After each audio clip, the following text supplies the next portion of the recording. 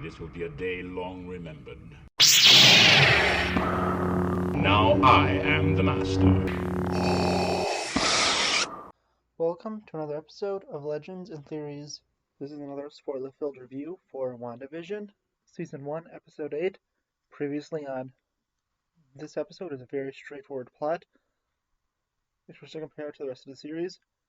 We begin in Salem, Massachusetts, during colonial times, where Agatha is going to be punished, not for being a witch, but for being a witch and using powers above her ability, and she rejects the abilities of the other witches, and killing them, including her mother, trying to prove that she's not evil, but it seems that there's something dark inside of her.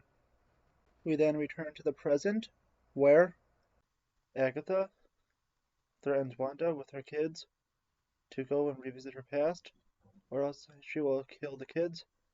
So Wanda goes, and we revisit a few time periods, including the time when Wanda's parents died, when Hydra experimented on her, when she moved into the Avengers compound and dealt with her brother's death, and finally, we learned how she created the hex. I will only go into detail to that because the others are pretty straightforward, and just explain the events that we already kind of knew happened, with the only major one we didn't really know about being Vision comforting Wanda, where their relationship began a little after Avengers Age of Ultron.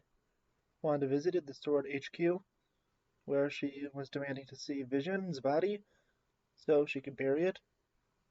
She was eventually led into Director Hayward's office, where he told her that she cannot have the body because Vision was made about $3 billion worth of vibranium, which is just interesting to know. We could probably figure out how much vibranium is worth, since if you try to guess what his body's made out of, but that's someone else, like film theory or something. And then we continue on, where we see the clip that we seen from WandaVision earlier, where Wanda supposedly stole Vision's body, but that was not what happened. We do learn what really happened was Wanda went down and visited Vision's body, but did not steal it, and Hayward slightly suggests to her that she could revive the Vision, and that's why she cannot take the body, and that could be very important for the final episode. Wanda finally arrives in Westview, where she goes to an abandoned lot where her house would be, and she looks at a note that Vision left her, including a proper deed, and he said, "To grow olden, V," although that may not be from Vision and from someone else, like Hayward, who was trying to manipulate her, that caused her to break down and create the hex. It finally reveals to Agatha how she created it, which she wanted to know all along. And finally, Agatha confronts Wanda, saying she uses chaos magic, and that she is known as the Scarlet Witch, and she believed that was only a myth. I think that this is the most important episode of WandaVision, since we learned everything about her, including how she got her powers, and that she had them way before she was experimented on by the Mind Stone, and that she used her magic to deactivate the bomb that fell upon her house, and if it wasn't for her, they would have died.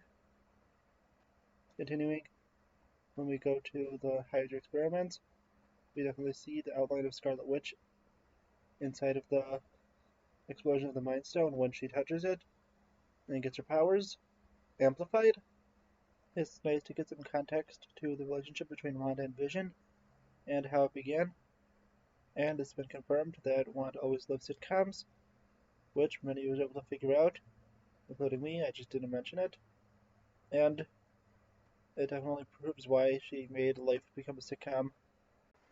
It also confirmed, at least I'm pretty sure, I don't really have the time to check it, that Wanda's parents were the people from the commercials, because I'm pretty sure the actors looked the same. And I think that White Vision will be an antagonist in the final episode, at least until Wanda is able to restore his mind and Vision will return, since White Vision is supposed to have no memories of who he is or anything about him. Thank you for watching this episode of Legends and Theories, and may the Force be with you.